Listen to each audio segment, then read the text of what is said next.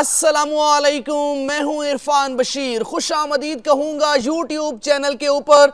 दोस्तों, खबर यह है कि महमूद खान और परवेज खटक दोबारा पीटीआई के अंदर शामिल होने जा रहे हैं। पीटीआई के अंदर जो घुस बैठिए हैं, जो पार्टी को नुकसान पहुंचा रहे हैं और जिनका ताल्लुक पीटीआई केपी से है, वो दोबारा महमूद खान और परवेज खटक को दोबारा पीटीआई के अंदर शामिल करवा रहे हैं। अब मैं आपसे पूछता हूं, क्या परवेज खटक को दोबारा पीटीआई में जगह देनी चाहिए और महमूद खान को क्या दोबारा जगह देनी चाहिए? ये आपने कमेंट बॉक्स में बताना है। लेकिन मैं आपको थोड़ा सा इनका तारुफ बता देता हूं। परवेज खटक जो कि गुज़श्ता 50 सालों से सियासत में था लेकिन मकबूल नहीं था, एक आम सा बंदा जिसको इमरान खान ने केपी के अंदर वजीर आला बनाया, वजीर आला खैबर पख्तूनख्वा बनाया और उसको उसके बाद 2018 में वजीर दिफा बनाया और उसको पीटीआई केपी का सदर बनाया। और फिर महमूद खान बड़ा अरसा इमरान खान के साथ रहे, पहले शुरू से पीटीआई में थे।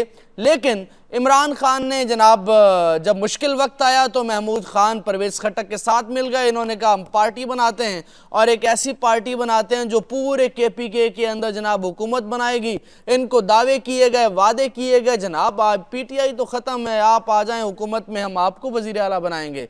आप वहाँ जनाब फिर एक फैसला हुआ पीटीआई पार्लियामेंटेरियन बननी है जनाब, यानी पूरी इमरान खान के खिलाफ साजिश में ये दो बंदे शामिल थे।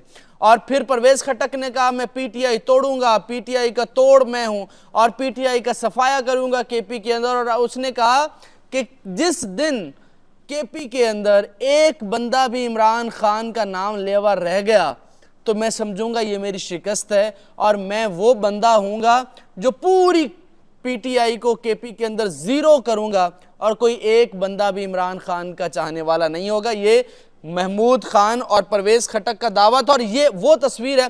बाकी मैं आपको एक डिटेल बताऊंगा। खान को बड़ी दिलचस्प ऑफर्स की गई हैं और एक घुसपैठिया और भी है, उसको भी आज मैं बेनकाब करने जा रहा हूं इसी प्लेटफॉर्म से। लेकिन ये तस्वीर ज़रा गौर से देखिए, इनकी ज़रा मुस्कुराहट देखिए। ये उस वक्त की तस्वीर है जब इन्होंने अपनी पार्टी बनाई और एक साफ़ी जिसने खबर दी कि ये पार्टी बन गई है और वो उसने तस्वीर ली कि इनकी पार्टी बनते की, तो उसको मुकदमा दर्ज हो गया और उसको इन्होंने गिरफ्तार करवा दिया था। ये हैं वो लोग। अब मेरा आपसे सवाल है कि क्या इनको शामिल होना चाहिए दोबारा पीटीआई के अंदर, जो जब पीटीआई 2/3 अक्सरियत नहीं 3/3 अक्सरियत केपी के अंदर कामयाब हुई है, यानी वो हुकूमत जिसको कोई तोड़ भी नहीं सकता, वो हुकूमत जिसमें अगर 10 बंदे भी गद्दारी कर जाएं तो अभी भी फिर भी केपी के अंदर वहाँ पे हुकूमत रहेगी। तो अब इनको जगह देने की तैयारी कौन कर रहा है वो मैं आपको बताऊंगा, लेकिन आपने बताना है क्या इनको जगह मिलनी चाहिए या नहीं मिलनी चाहिए। अब ज़रा चलते हैं। मैं जो इस वक्त हुकूमत है, जो इस वक्त यजीद बना बैठा है, जो इस वक्त फिरौन है, जो इस वक्त जो है हिटलर बना बैठा है, उसको मैं 3 बातें सुनाऊंगा। उसके बाद आपको ज़रा वो अगली स्टोरी सुनाता हूँ कि खान को ऑफ़र जिस बंदे ने की है उसको खान ने, देखिए ये जाते हैं खान को ऑफ़र करने, लेकिन खान उस बंदे की बाकायदा बेइज्जती करता है। दोस्तों, ये मैं बड़ी ही इंपॉर्टेंट सोर्सेज के साथ खबर आपके साथ शेयर।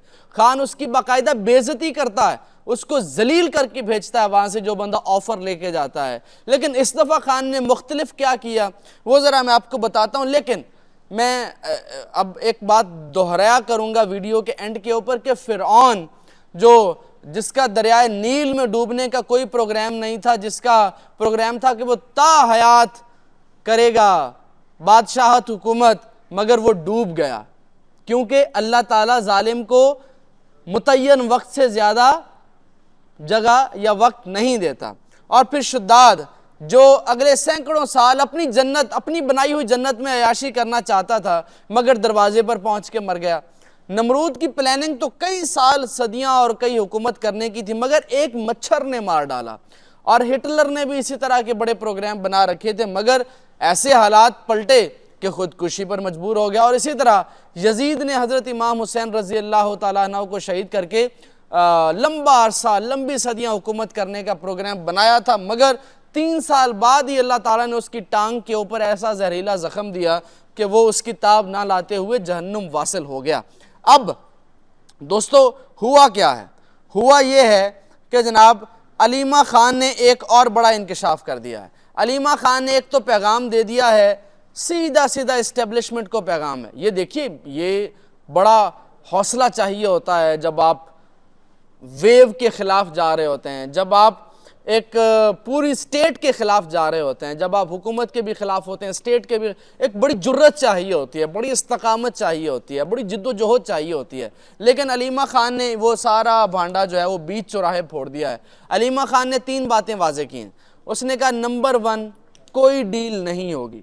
नंबर 2 खान को कहा गया कि एक दिन के अंदर आप ज़रा इमेजिन कीजिए कि वो कितना पावरफुल आदमी है, वो पाकिस्तान के निज़ाम अदल से भी कितना पावरफुल आदमी है, जो कह रहा है कि एक दिन में 200 केस खल्लास, 200 केस ख़त्म। यार ये कोई जादू है उस बंदे के हाथ में, जो ये कह रहा है, खान को ऑफर दे रहा है एक दिन में 200 केस ख़त्म। क्या बात है यार, ज़बरदस्त, बहुत अच्छे यार, छा गया ये बंदा।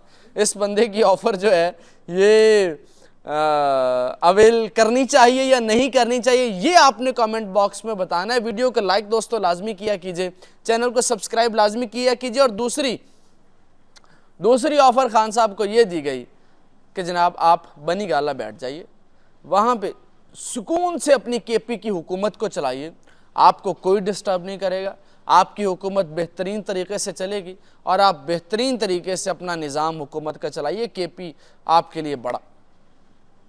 तीसरी ऑफ़र वो ये की गई कि आप कोई 1 साल सब्र करें, 1 साल सब्र करें और सब्र करने के बाद फिर हम इसी हुकूमत को गिराएंगे वोट ऑफ नो कॉन्फिडेंस में। जरदारी साहब फिर आपके साथ मिल जाएंगे और फिर आप और जरदारी साहब मिल के एक हुकूमत बनाइए। यार ये कैसे कर लेते हैं, मतलब इनका दिमाग कितना, आप देखिए कि कितना शातिर चलता है और बुरी चालों में चलता है कि इस्तेहकाम नहीं चाहिए पाकिस्तान को। अगर ये सब करना ही था तो 8 फरवरी को बनाने देते हुकूमत। यार क्या ज़रूरत थी ये मैंडेट चोरी करने की, क्या ज़रूरत थी अवाम के साथ इतना डाका डालने की, क्या ज़रूरत थी 25 करोड़ अवाम के साथ जुल्म ज़्यादती करने की। अगर आपने हटा के वो कहते पंजाबी च कहते ने कि खोती बोर्ड थले खलोती, हटा के उत्थे ही आ गए तो फिर क्या फ़ायदा। तो ये 3 ऑफ़र की गई, लेकिन खान ने क्या किया, खान ने जनाब उस बंदे को पहले बेइज्जती करते थे, इस दफ़ा खान ने उसकी सुनी नहीं। खान ने उसको जस्ट इतना कहा गेट लॉस्ट, बस। उसके बाद वो अपने काम में मसरूफ़ हो गए। खान साहब कुछ बुक पढ़ रहे थे या अखबार पढ़ रहे थे। ये अलीमा खान ने अपने ये बात बताई आके बाहर। अलीमा खान ने इंटरव्यूज़ दिए, मीडिया टॉक के, उसने बताया कि यूं कर रहा है खान। और फिर 15 वकील खड़े हुए थे जज साहब के सामने और इमरान खान ने अखबार पढ़ी, टांग पे टांग रखी और अखबार पढ़ने लगा। कहा जाओ जो मर्जी करना कर लो। सैल्यूट है वैसे खान को। इंशाल्लाह मुलाकात होगी अगली वीडियो में। वीडियो को लाइक लाजमी कीजिएगा, चैनल को सब्सक्राइब कर लीजिए। अल्लाह हाफिज़।